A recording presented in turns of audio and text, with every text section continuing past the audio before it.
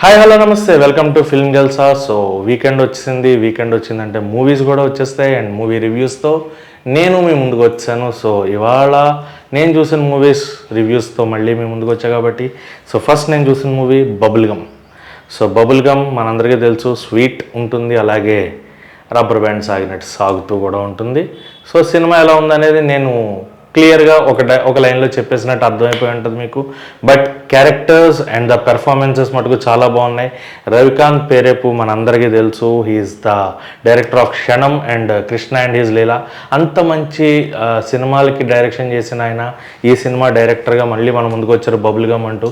And Roshan Kanakala, Rajiv Kanakala and సుమా గారి కొడుకు and మానస చౌదరి హీరోయిన్గా.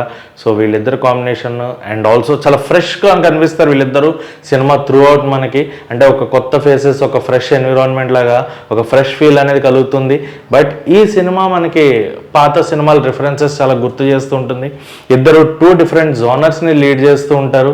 వాళ్ళ లైఫ్లో వాళ్ళకి వచ్చే స్ట్రగుల్స్ని ఎదుర్కొని వాళ్ళ లైఫ్ని ఎలా కనెక్ట్ చేసుకున్నారు, ఇద్దరు కనెక్ట్ అయ్యారా లేదా, చివరిలో ఏం జరిగింది అనేది తెలియాలంటే మటుకు ఖచ్చితంగా సినిమా చూడాల్సిందే.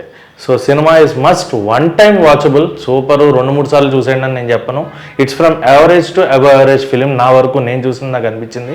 అండ్ ఈ సినిమాలో మిగతా క్యారెక్టర్స్ హర్షవర్ధన్ గారు కానీ, వైవా హర్ష గారు కానీ, రవి మచ్చా, వీళ్ళందరూ కూడా ఎవరికి వాళ్ళకి ఇచ్చిన పర్ఫార్మెన్సెస్ అద్భుతంగా చేశారు. అండ్ శ్రీచరణ్ పాకాల గారు the best music director in recent times. ఆయన మ్యూజిక్ చాలా అద్భుతంగా ఇస్తున్నారు.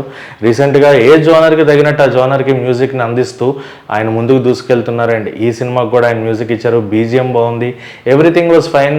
సినిమాలో క్యారెక్టర్స్ అన్నీ బాగున్నాయి, బట్ స్టోరీ అండ్ నరేషన్ ఎక్కడో కొంచెం సెకండ్ హాఫ్లో ఫెయిల్ అవడం.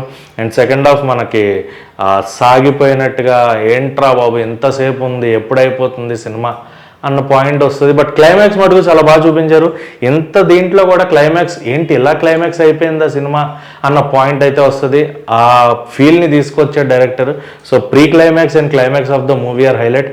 ప్రీ క్లైమాక్స్ ఇంటర్వెల్ ముందు ఆ హీరో చేసిన యాక్టింగ్ కానీ, తను అంత బోల్డ్గా చేయడం అనేది నాకైతే నిజంగా ఆశ్చర్యం అనిపించింది.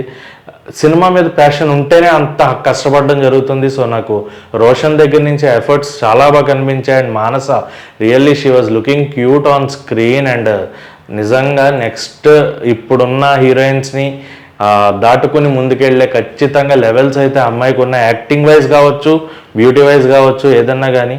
She is well performer in the movie నాకు అనిపించింది. అండ్ ఆల్సో ఫ్యూచర్లో ఆమెకి మంచి స్కోప్ కూడా ఎక్కువ ఉంటుంది. అండ్ ఈ సినిమా విషయంలో మళ్ళీ మనం మాట్లాడుకుంటే ఫస్ట్ హాఫ్ అంతా కూడా చాలా క్లీన్గా, నీట్గా పాయింట్ మీదే ట్రావెల్ అవుతూ కరెక్ట్గా తీసుకెళ్లారు. బట్ సెకండ్ హాఫ్ కొంచెం ల్యాగ్ ఉండడం. అండ్ క్లైమాక్స్ మటుకు చాలా బాగా వచ్చింది. ఇది ఏంటి క్లైమాక్స్ అనేది తెలియాలంటే ఖచ్చితంగా సినిమా చూడాల్సిందే. అండ్ మ్యూజిక్ చాలా బాగుంటుంది. బట్ చెప్తున్నాను కదా, ఆ ల్యాగ్ అవ్వడం, ఎక్కడో మనకి అరే ఏంటి అనే బోర్ కొంచెం కలగడం సెకండ్ హాఫ్లో, దానివల్ల అంత ఇంపాక్ట్ అనిపించలేదు సినిమా నాకు.